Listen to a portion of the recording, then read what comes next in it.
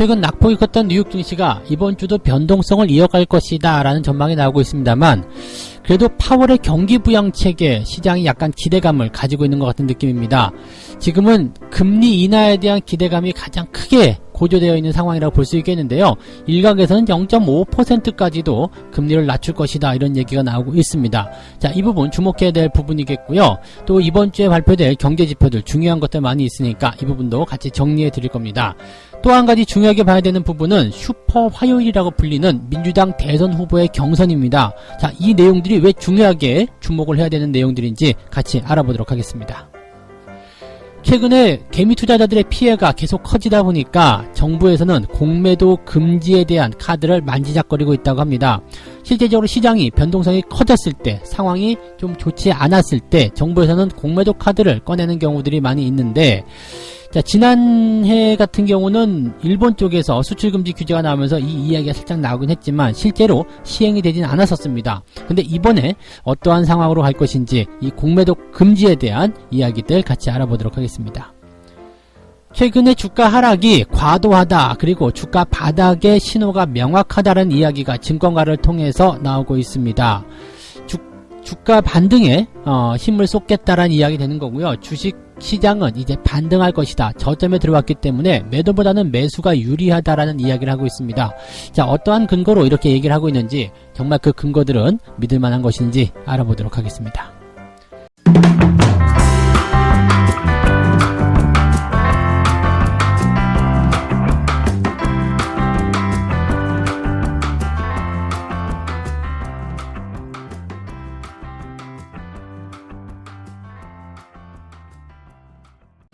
네, 반갑습니다. 오늘은 3월 2일 월요일입니다. 네, 3월의 첫날이죠. 보통 3월달 되면은 기대감도 좀 많이 커지고, 또 새로운 봄이 시작됐기 때문에 거기서 이제, 무언가, 대단한 것이 나올 것이다. 이런 기대감들도 많이 가지고 있었는데, 최근에는 증시 상황이 변동성을 좀 많이 보이다 보니까 좀 힘들지 않나 이런 판단들 보여집니다. 자, 모쪼록 3월 달에는 이 모든 악재들이 다 해소가 돼서 좋은 일들만 많이 생겼으면 하는 바람입니다. 자, 3월에 이제 첫 번째 주, 또 그리고 첫 번째 거래날 이제 어떤 식으로 대응을 해야 되는지 좀 알아볼 텐데요. 자, 일단 이번 주 증시도 역시 변동성은 계속될 것이다 라는 전망이 일단 나오고 있습니다. 어쩔 수 없는 부분인 것 같아요. 이 변동성에 대한 부분들은 일단 투자자들의 마음이 돌아서야지 되는데, 이 내용들이 아직까지는 투자자들 마음에 완벽하게 들어가지 못하고 있죠. 즉, 정부가 경기를 부양하겠습니다, 괜찮습니다 라고 이야기를 하더라도 투자자들은 글쎄요 라는 불안감들을 계속 가지고 있다는 얘기거든요. 그래서 이런 투자자들의 불안감들이 시장에 반영이 되면서 변동성 장세를 만들게 될 것이다, 이렇게 되어 있습니다. 지금 가장 주목을 해야 되는 내용 중에 하나는 이제 파월 의장의 경기부양책 도입입니다.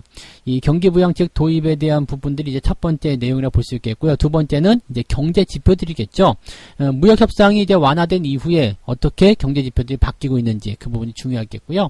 이제 세 번째는 이제 샌더스 의원이 지금 민주당 대선 경선 후보 1등으로 올라가 있는데, 이 사람이 이제 대선 후보로 나오게 되면 문제가 많아질 것이다, 이런 얘기들이 있습니다. 그래서 이 내용들 정리해 볼 건데요. 우선 첫 번째 내용을 좀 보게 되면은 제롬 파월 연준 의장이죠. 경기부양책을 아주 강력하게 지지를 하고 나섭니다. 경제를 지지하기 위해서 적절하게 행동할 것이다, 이런 얘기를 했는데, 사실 이 적절하게 행동하겠다라는 부분은 사실상 금리 인하를 예고했다라고 평가를 받고 있습니다. 왜냐하면 과거에도 작년이죠. 작년 6월이었을 경우에 6월 정도였는데, 이 적절하게 행동하겠다라는 문구를 이제 이 파월 의장이 FOMC 성명에서 이야기를 하게 됩니다. 그러면서 그 이후에 7월부터 10월달까지 무려 3차례나 연속적으로 금리를 내렸다라고 합니다. 자, 적절하게 행동하겠다라는 것은 과거의 사례를 봤을 때 사실상 금리 인하를 예고하는 내용이고, 또 한 번으로 끝나는 것이 아니라 연속적으로 때려붙는 그런 강력한 조치다라고 얘기가 되어 있기 때문에 이 내용들, 또 그 다음에 이 적절하게 행동하겠다라는 문구가 삭제된 이후부터는 금리가 동결되었다는 것을 생각해 봤을 때, 이 문구가, 이 이야기가 일단 나왔다라는 것은 금리 인하가 연속적으로 진행될 것이다, 이렇게 얘기를 하고 있습니다. 자, 그에 따라서 시장은 일단 연준이 금리를 일단 낮출 것이다, 여기에 대해서 이제 100% 확신을 하고 있다라고 합니다. 이제는 그래서 시장이 베팅을 하는 것은 금리를 낮출 것이냐 동결할 것이냐 이게 중요한 게 아니라 얼마만큼 내릴 것이냐에 이제 베팅을 하고 있다라고 합니다. 25 베이시스 포인트냐 아니면 50 베이시스 포인트냐 여기에 대한 이야기를 하고 있다라고 하는 건데 50 베이시스 포인트는 이제 이게 0.5%라고 보시면 되겠고요. 그 다음에 25 베이시스 포인트는 0.25 퍼센트 포인트라고 보시면 되겠습니다. 그래서 금리를 0.25를 낮출 것이냐 아니면 0.5를 낮출 것이냐 여기에 대한 이야기죠. 0.5%를 낮추게 되면 한 방에 두 번의 어떤 그 금리 인하 효과를 가질 수가 있겠죠. 보통은 0.25씩 낮추기 때문에 요거를 생각해 본다라면 이번에 0.5가 나오게 된다라면 다음번에 금리 인하 한 번만 더 하더라도 세 번의 효과를 볼 수 있다. 그래서 시장은 최소 연준이 이번에 금리 인하를 2회 이상 최대 3회까지도 할 것이다 라고 전망을 하고 있는 부분입니다. 그러니까 금리 인하에 대한 부분들은 일단 확실시 되고 있다라고 보셔야 되는 내용이라서 강력한 경기 부양의 어떤 포인트로 이번에는 작용할 수가 있겠죠. 그러면 주가가 단기간에 급락한 데다가 이런 연준의 정부기관의 강력한 경기 부양 의지가 담겨 있다면 주가는 반등하게 될 가능성이 매우 높다라고 볼 수가 있겠죠. 네. 자, 그다음에 경제 지표를 좀 살펴보도록 할게요. 경제 지표는 이번 주에 제조업 PMI 지수하고 고용 지표 이게 가장 핵심적인 부분인데 오늘이죠. 오늘 저녁 이제 우리나라 시간으로 이제 내일 새벽이 될 텐데요. ISM 정보 제공 업체죠. 이쪽에서 나온 2월달 제조업 PMI 지표가 나옵니다. 이 PMI 지표는 일단 뭐 좀 보긴 해야 되겠습니다만 나쁘다 좋다 이렇게 볼 수는 없겠습니다만 그래도 부진하게 나온다라면 이거는 조금 문제가 될 수 있어요. 그래서 부진하지 않게 일단 시장의 예상치 정도만 또는 뭐 일단 뭐 예상치는 큰 변동은 없을 것이다 정도로 나오고 있습니다. 그래서 요 정도만 나오거나 아니면 소폭 좋아진다거나 이렇게만 나와도 크게 문제는 없을 것이다 라고 예상이 되고 있습니다. 자, 그 다음에 이제 가장 또 중요한 고용지표가 될 수 있겠죠. 이 비농업 고용지표가 이제 나오게 되는데 이제 주 후반에 예정이 되어 있습니다. 이 비농업 고용지표 같은 경우는요, 이게 왜 중요하냐면 농업을 하는 사람이 아니라 이제 서비스업이라든지 뭐 제조업이라든지 이런 다른 쪽, 즉 농업을 제외한 다른 부분에서의 고용 지표가 늘어난다. 이것은 실질적으로 미국 경기를 떠받치고 있는 이런 경제 주체들의 움직임이라고 봐야 되는 부분이거든요. 근데 이번에는요, 고용 증거 전망치가 17만 5천 명 정도로 예상되고 있다. 그래서 1월 달에는 22만 5천 명이었거든요. 근데 이것보다 좀 이제 증가폭이 좀 줄어들 것이다 라고 되어 있습니다. 그래서 요거는 조금 걱정해야 되나 라고 생각하시는 분들이 있을지 모르겠는데 여전히 시장이 보는 어떤 기준점보다는 높은 수치라고 하기 때문에 당장 이 고용지표에 대한 부분들은 현재 예상치 정도만 나와주더라도 크게 문제는 없을 것이다 라고 이야기를 하고 있다고 합니다. 자, 그러면 지금까지 봤을 때는 뭐 경제 지표, 물론 중요한 지표들이고 또 상승으로의 어떤 가능성들을 크게 보여주고 있지는 않습니다만 시장에 큰 영향 주지 않을 것이다. 그 다음에 파월 의장의 경기 부양책이 강하게 나오게 됐을 경우에 주가는 상승할 것이다. 이런 예상을 할 수 있겠는데 변수가 하나 나오게 됩니다. 이제 슈퍼 화요일이라고 하는 이제 화요일 이 미국 날짜를 좀 화요일인데 버니 샌더스죠. 많이들 들어보셨을 거예요. 민주당 대선 후보입니다. 이제 이번 연도 말에 이제 대선이 있잖아요. 미국 대선이 있다 보니까 트럼프는 뭐 재선에 나갈 것으로 생각하고 있는 부분이겠고 이 민주당에서 누가 나올 것이냐에 대한 부분입니다. 근데 지금 샌더스 상원 의원이 1등으로 지금 치솟아 올라가고 있어요. 근데 이 샌더스 의원이 만약에 1등으로 해가지고 대선 후보로 나오게 된다면 시장이 좀 변동을 보일 것이다라고 되어 있습니다. 왜냐면 이제 샌더스 의원이 계속적으로 주장하고 있었던 게 뭐냐면 메디케어 포올인가 하는 그 정책이죠. 즉 국민 의료보험을 이제 전 국민에게 해주겠다. 지금은 미국 같은 경우는 의료보험이 따로 되어 있지 않습니다. 그래서 개별로 이런 건강보험을 개인적으로 다 들어있는 상태거든요. 근데 그것을 다 없애버리고 국가가 다 지원해주겠다. 우리나라처럼 한다는 얘기죠. 한국처럼 이제 의료보험 체계를 도입하겠다라는 얘기가 나온 겁니다. 그래서 그렇게 되면은 돈이 많이 부족할 텐데 이것을 어떻게 메꿀 겁니까? 라는 질문들이 있었거든요. 여기에 대해서는 증세를 하겠다라고 얘기가 나옵니다. 그러니까 트럼프 같은 경우는 지금 미국에서 이제 기업 활동을 잘 하게 하기 위해서 이제 뭐 법인세도 낮추고 막 그랬잖아요. 지금 법인세가 21% 낮춰줬죠. 근데 샌더스가 만약에 당선이 되면 법인세를 다시 올려버리겠다라고 얘기가 나옵니다. 이 부분은 기업들 입장에서는 굉장히 큰 문제겠죠. 물론 이 부분에서 이 법인세를 올림에 따라서 이제 부자 증세라는 내용이 되겠죠. 돈을 많이 버는 사람들은 이제 세금을 좀 많이 내고 기업들에게 돈을 많이 걷어서 전 국민이 편안하게 살 수 있도록 해주겠다. 이것은 뭐 쉽게 본다라면은 그냥 일반 서민층에게 굉장히 지지를 받을 수 있는 그런 정책이라고 볼 수 있겠는데, 뭐 정치권에서는 일단 이렇게 보는 거죠. 현실적으로 불가능하다. 아무리 어떤 방법을 쓰더라도 세수가 이 세금의 어떤 크기가 그 정책을 뒷받침하기는 어렵다. 왜냐하면 경제적 평등을 위해서 무상의료부터 해서 무상보육, 무상교육, 최저임금 인상 이런 것들을 강조하고 있는데 그게 어떻게 가능하냐 이런 얘기가 있는 거고요. 또 한 가지는 이거죠. 법인세가 늘어나게 되면 해외로 가려고 그런다는 이야기입니다. 즉 지난번에 애플 같은 경우도 이제 해외에 본사를 두고서 막 이렇게 해나가잖아요. 그러니까 세금을 낮추기 위해서 그런 부분들인데, 트럼프가 이제 애플한테 그런 얘기 했잖아요. 우리가 법인세 낮춰줄 테니까 본사를 미국으로 가지고 들어와라. 다른 나라들도 가지고 들어와라. 우리가 법인세를 낮춰주겠다. 이것 때문에 지금 어떻게 보면은 미국 경기가 좋아졌다. 이렇게 풀이도 되는 부분이었는데요. 요거를 지금 증세를 해버리겠다 그러면 다시 나가겠다 이런 얘기가 될 수도 있는 거거든요. 그러니까 이런 내용이 되면 월가에서는 이제 샌더스가 대통령이 됐을 경우에는 경제를 망칠 것이다. 이렇게 얘기를 하는 거죠. 그리고 샌더스가 또 한 가지 한 게 있었어요. 월가의 투기 세력에 대해서 세금을 부과하겠다. 모든 주식과 채권에 대해서 각각 세금을 부과하겠다. 뭐 이런 얘기가 나오니까 얼마나 이게 좀 충격적인 얘기가 되겠습니까? 그러니까 사실 주식 시장에 대한 부분들에서는 샌더스의 당선 여부는 굉장한 충격으로 다가올 수도 있는 부분이 될 수도 있습니다. 그래서 새로운 악재가 될 수 있는 상황이 바로 민주당 샌더스 의원의 독주라고 보시면 될 것 같아요. 그러니까 누가 이제 대선 후보로 결정될 것이냐는 아직 불확실하겠습니다만 지금 1등으로 달리고 있는 이 샌더스의 그런 그 상황들을 볼 수 있는 게 이제 이번 화요일이죠. 그래서 슈퍼 화요일 맞죠? 슈퍼 화요일에 이제 또 주목을 하고 있다는 얘기가 되겠습니다. 그래서 참 뭐 미국은 이제 좀 다이나믹한 그런 변동성을 좀 많이 보일 것이다라고 예상이 되고 있습니다.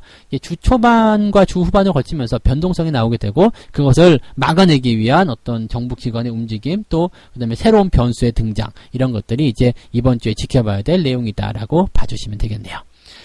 자, 두 번째 이야기 보도록 하겠습니다. 이제 공매도와 관련된 이야기가 나오네요. 증시가 이제 하락세를 좀 많이 보이다 보니까, 개미 투자자들이 이제 굉장히 좀 패닉에 많이 빠졌다. 이것을, 조금 다독거려주기 위해서는 정부에서 뭘 해야 되는 것이 아니냐. 그 부분 중에 하나가 이제 공매도 금지다. 이런 얘기가 나오네요.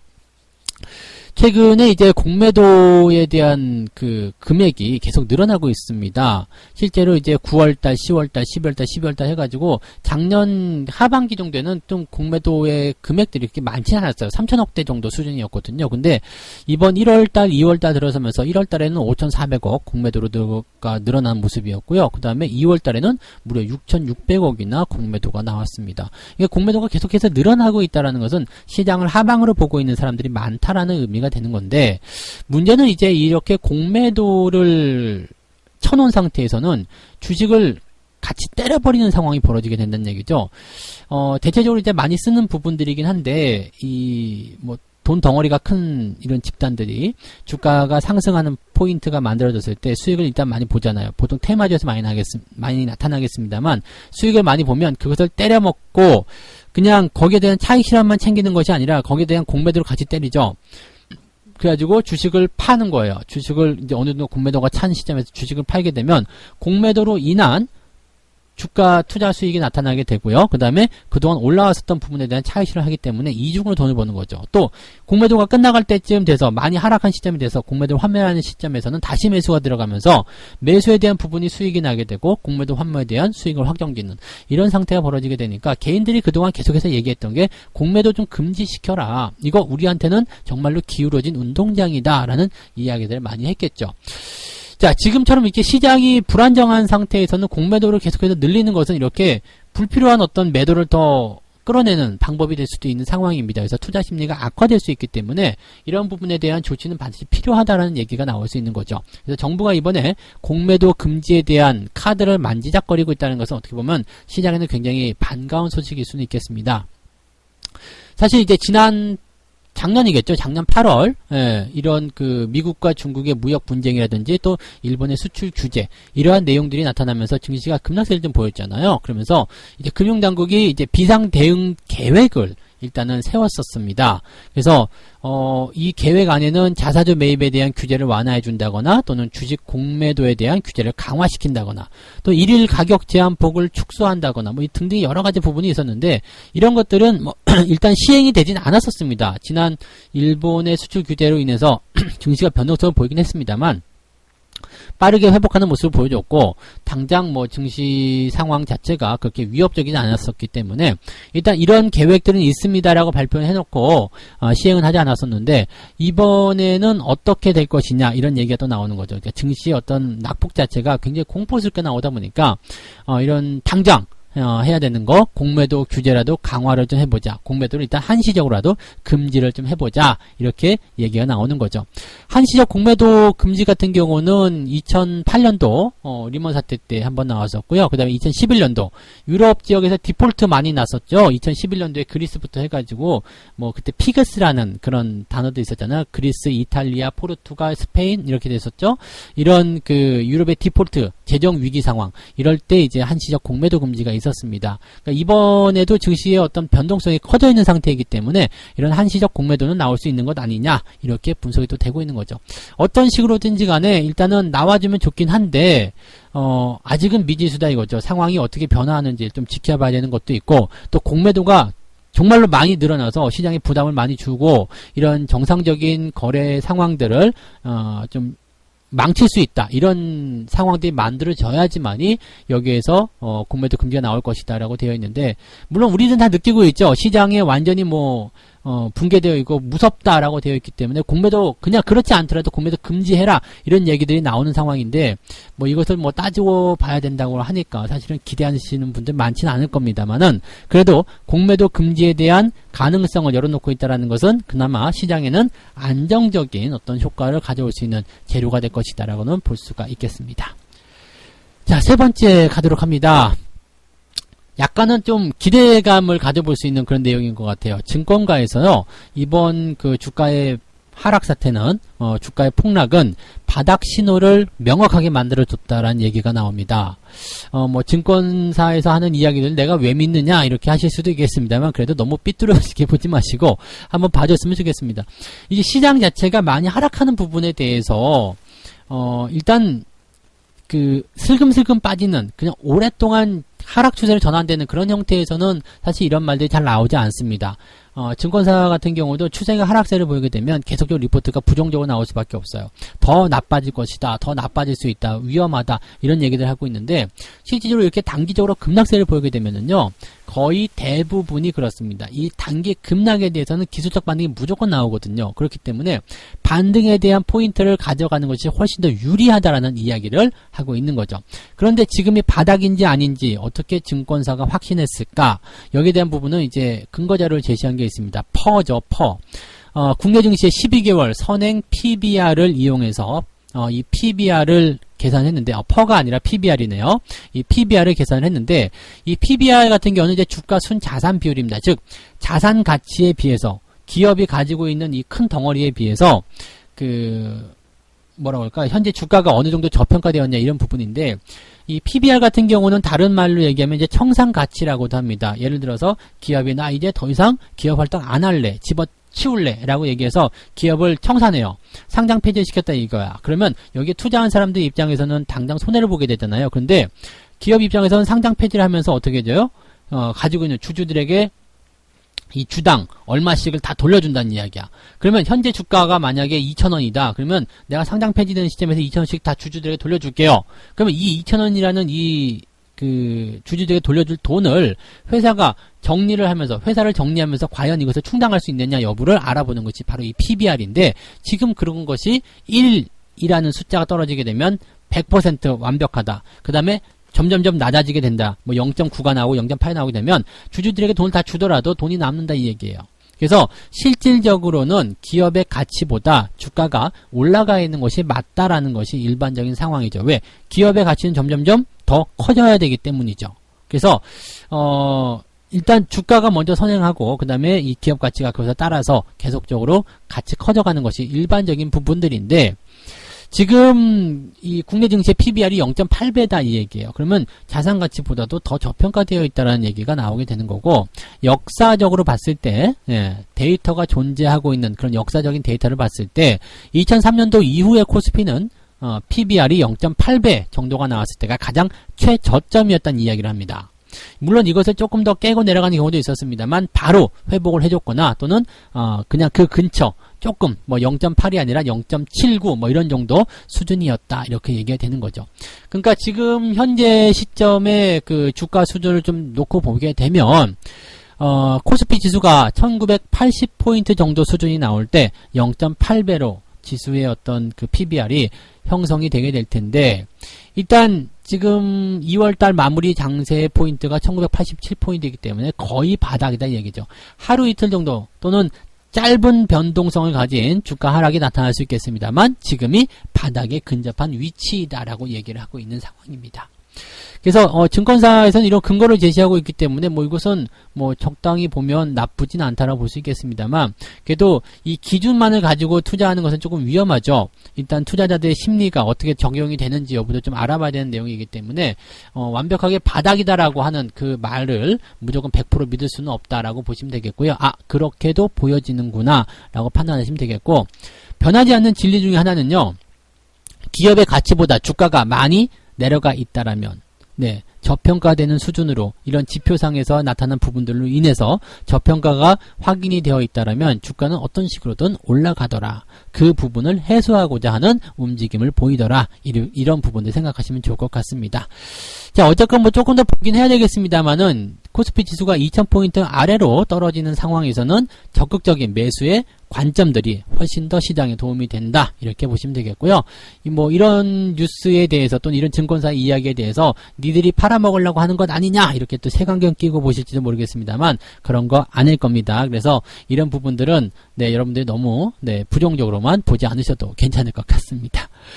그래서 세 가지 이야기 말씀을 드렸습니다. 이번 주 뉴욕 증시에는 변동성이 일단 나오고 생각되고 있는데, 이 파월 연준 의장의 경기부양책, 금리를 얼마큼 낮출 것이냐에 주목을 하라, 이런 얘기가 있고요. 경제지표는 중요하긴 한데, 특별하게 시장에 영향을 주진 않을 것이다. 오히려 슈퍼 화요일이라고 불리는 민주당 대선 후보의 경선날이 이제 중요할 것이다. 샌더스에 대한 포인트겠죠. 그래서 그런 이야기 전달해 드렸고요. 최근에 주가 하락이 과도하게 나타나게 되면서 개인 투자자들의 움직임들이 약간 좀 소극적이 되고 움츠러든 모습 보이다 보니까 정부가 공매도 금지 카드를 만지작거리고 있다. 물론 이것이 실제로 적용이 될 것인지는 확실하지 않습니다만 이것을 만지작거리고 있다는 것만으로도 심리적인 위안감들을 많이 찾을 수 있을 것이다 라고 생각이 되고 있습니다. 또 최근에 주가가 하락을 많이 보임에 따라서 증권가에서는 최근이 이제 바닥 신호를 명확하게 보여주고 있다라고 얘기하고 그 근거로 PBR을 예를 들어서 이야기를 했습니다. 아주 근거가 없는 이야기는 아니기 때문에 이 부분을 너무 부정적으로 보지는 말아달라 이런 말씀도 드렸습니다. 오늘 여기까지 이야기해드렸고요. 자, 책 한 꼭지 읽고 마무리하도록 하겠습니다. 다수의 사람들에게 투자는 마치 도박과 똑같은 것으로 생각되기 쉽다. 하지만 누구든 투자 거래를 하고 싶은 사람이라면 반드시 투자를 사업이란 관점에서 바라봐야만 하며 또한 투자는 그렇게 다뤄져야만 한다. 사업이라는 것이 지금 상황이 어렵고 안 좋으니까 그냥 때려칠래! 이렇게 해가지고 그냥 뒤집어 엎는 그런 거 아니잖아요. 어려울 때 어떻게 극복할 것인지 이런 것들을 많이 생각해 보시고 그런 것들을 통해서 여러분들이 한층 더 성숙해지는 그런 멋진 투자자가 되시길 바랍니다. 자, 이번 주 한 주 모두들 힘내시기 바라고요. 여러분들 모두 성공 투자하시기 바랍니다. 증시의 불확실성을 위기를 이 기회로 삼아서 여러분들이 큰 성공을 거둬주시길 정말 저는 간절히 기원하겠습니다. 자, 오늘 여기까지 해드릴게요. 저는 다음 시간에 다시 오겠습니다. 고맙습니다.